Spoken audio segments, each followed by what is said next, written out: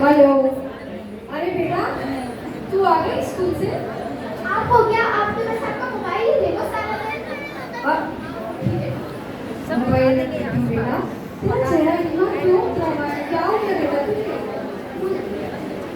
अच्छा एक काम कर, नहीं बताना चाहती, खाना खा ले फिर बता दे। मुझे नहीं खाना कुछ भी। आप बनाती ही क्या हो? मैगी, बर्गर या पिज्जा पास्ता? और मेरे स्कूल से आते ही तो जिम चली जाती हो ना। अरे बेटा, बनाती तो हूँ, हफ्ते में 2-3 बार तो कुछ अच्छा बना ही देती हूँ। अच्छा एक काम कर, आज शाम को मैं तेरे लिए बढ़िया सी आइटम बनाऊंगी, ठीक है? बना तो दोगी पर खाने नहीं दोगी। पहले उसकी फोटो खींच के इंस्टा पर डालूंगी, फिर रेसिपी डालूंगी। ना खुद अच्छा खाती हो, ना ही खिलाती हो, और रोज रात को खाना खाती हो। अगर बड़े ही अपने संस्कार भटक जाएंगे तो बच्चे क्या सीखेंगे? अरे आरोही, ये तुम्हें हो क्या है? सारा दिन इतना चिड़चिड़ाती रहती हो और हर समय मुझसे तो लड़ती ही रहती हो। पता नहीं, जब से तुम्हारी दादी मेरे से लड़कर तीर्थों पे गई है, तुम्हारा तो रवैया ही मेरे पास से चेंज हो गया है। सारा दिन ना अपने दोस्तों में जाती, ना कुछ खाती, ना पीती, जाके बैठ जाती है दादी के कमरे में और धर्म की किताबें उलटती रहती है। पता नहीं, और ये क्या लगा रखा है तुमने आजकल? उल्टा जवाब क्यों देती हो इतना ज्यादा? मम्मी, ये सब मैंने आपसे ही तो सीखा है। जब दिन छुपने पर दादी आपसे खाना मांगती थी तो आप कहती थी खाना वाना खाना है तो खुद बना लो या नौकरानी रखवा लो। और आप तो दादी की जमीन छोड़ने पर भी लगती थी और मुझे भी ज्यादा धर्म सीखने नहीं देती थी। दादी तो मुझे हर रोज अपने जैन धर्म की कहानी सुनाकर मोटिवेट करती थी। अगर मुझे कोई भी प्रॉब्लम होती थी तो उसे शांति से सुनकर सॉल्व करती थी। क्या आपको आती है सीता मनोरमा की कहानी, सेठ सुदर्शन की कहानी, श्रवण कुमार की कहानी? आप कैसे बनाओगे मुझे? आप तो बस पूरे वक्त किट्टी मॉल में ही बिजी रहती हो। दादी के साथ, दादी के बिना तो मैं बहुत अकेली पड़ गई हूँ। ये क्या कह रही हो आरोही? तुम्हें पता भी है तुम्हारे पापा और मैं तुम्हें कितना प्यार करते हैं?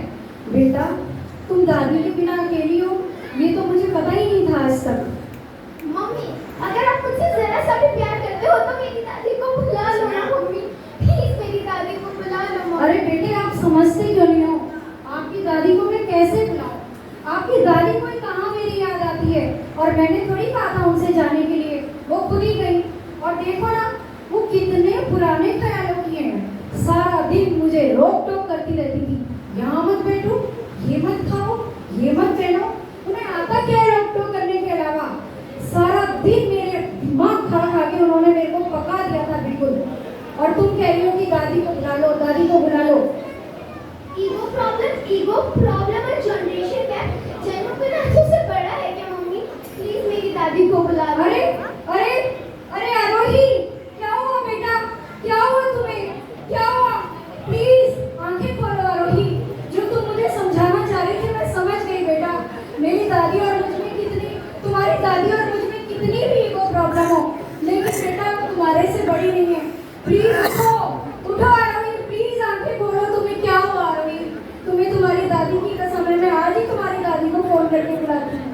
प्लीज उठो, प्लीज प्लीज आरोही, प्लीज उठो। मम्मी, क्या हुआ मेरी बेटी को? मम्मी, हाँ बेटा, हाँ बोलो बोलो बोलो बोलो, क्या हुआ बेटा? मम्मी, बड़े बुजुर्गों के बिना घर घर नहीं, सिर्फ मकान होता है। हाँ बेटा हाँ, तुम बिल्कुल सही कहते हो। आज तो तुमने मेरी आंखें खोल दी बेटा।